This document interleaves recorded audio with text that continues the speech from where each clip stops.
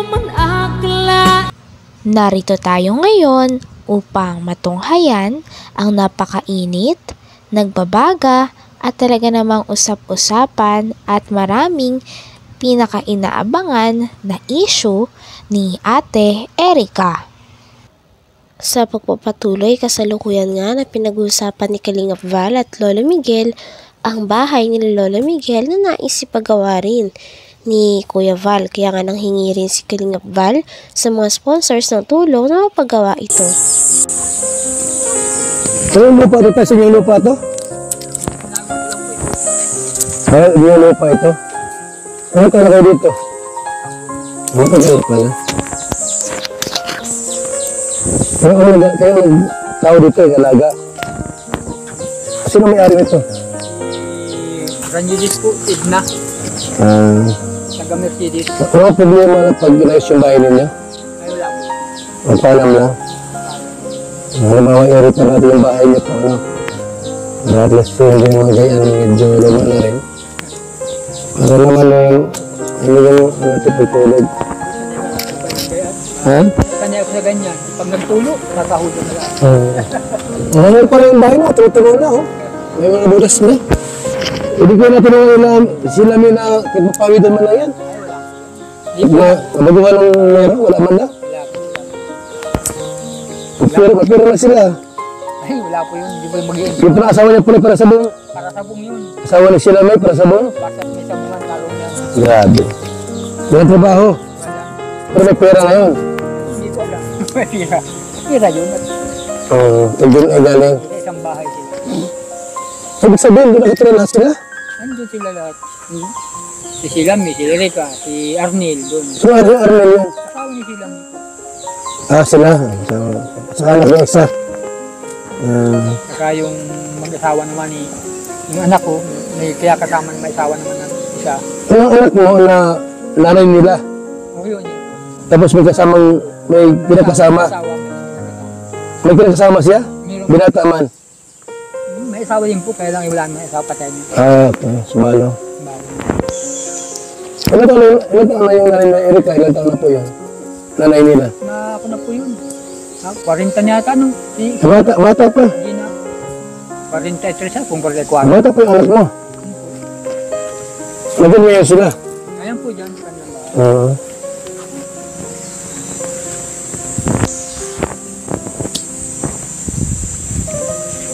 Hindi masisilip yung hindi masisilip dyan. Kaya silip eh. Malayo po dun baga po sa yung paglusong doon na tapos may kahon. Alam mo sila? Kaya yun po at madalaw rin ito doon. So ito yung bahay ng tatay po, mga kalingap. Hindi natin ipapa-repair natin to. Ito po yung bahay po nila.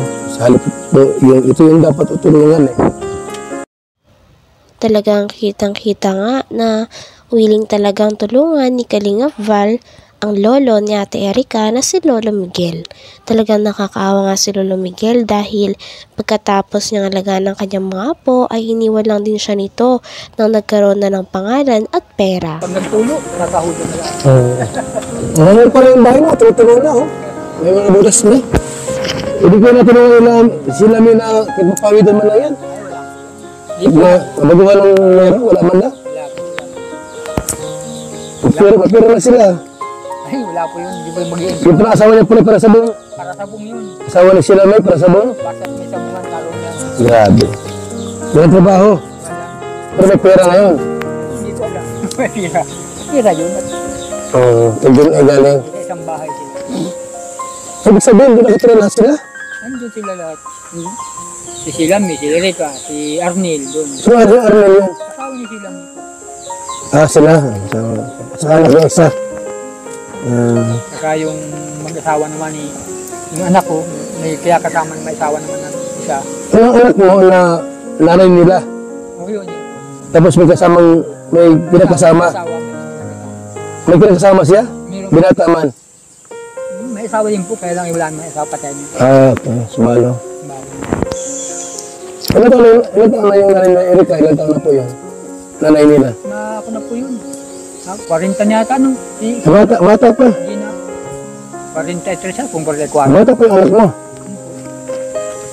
Nagin mo yan sila. Ayan po dyan, sa kanyang bahay.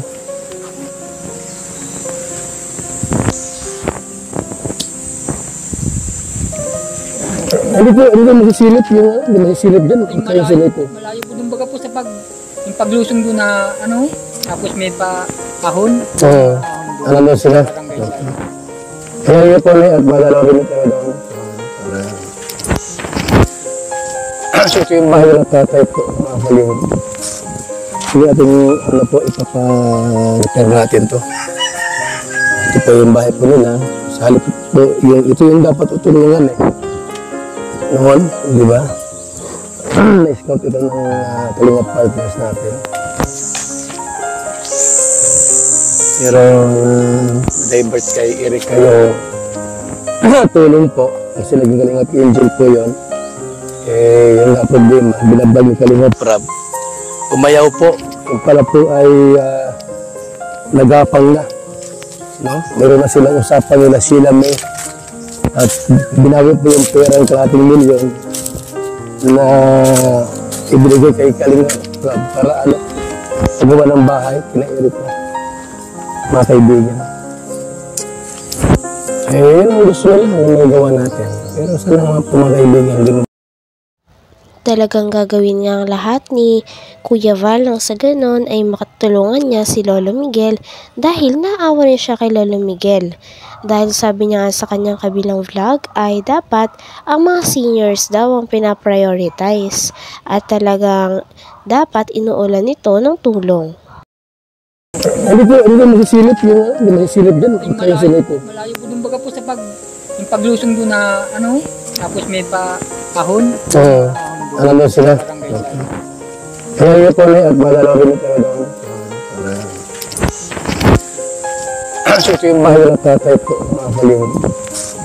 Sige ating ano po, ipapa-repair natin to. Ito po yung bahay po nila. Sa halip po, ito yung dapat utulungan eh. Noon, di ba? Na-scout ito ng kalingap partners natin. Pero divert kay Eric kayo tulong po. Kasi naging kalingap angel po yun. Eh, yung nga problema, binabag yung kalingap rab. Umayaw po. Yung pala po ay nagapang na. No? Meron na silang usapan nila sila may at binawi po yung pera ng 1 milyon na ibinigay kay Kalingap Rab para ano, pagawa ng bahay, kina-Eric po. Mga kaibigan. Eh, yun ang gusto lang na magawa natin. Pero sana mga po mga kaibigan, hindi mabago yung kanilang pagsingin doon sa lulot po nila. Ano ba yan? Yun eh, kung ikaw po nakikinig, nakapanood sa ating video ngayon, ano masasabi niyo po sa mga sinabi nila ng Law Matanda? Dito ako para tulungan po sila kasi nagtawag sa atin, nag-chat, nag-text at yun po humingin tulong sa atin. Although sila po ay si Erika po ay nagka-problema, kasi umalis sa Kalingap, hindi nagpa-vlog. Pero yung vlog po dito mga Kalingap, tuloy-tuloy po yun. Kasi ang naka-scout dito ay si Relo Pumalanay. Ay Lolo Miguel. So, ang tanong ko kayo kay John A, ano ang masasabi mo? Doon sa dalawang hinahangaan mo. Hindi ko ay nakatao, maka-Diyos, sabay. Ang sinunod ito. Huwag mong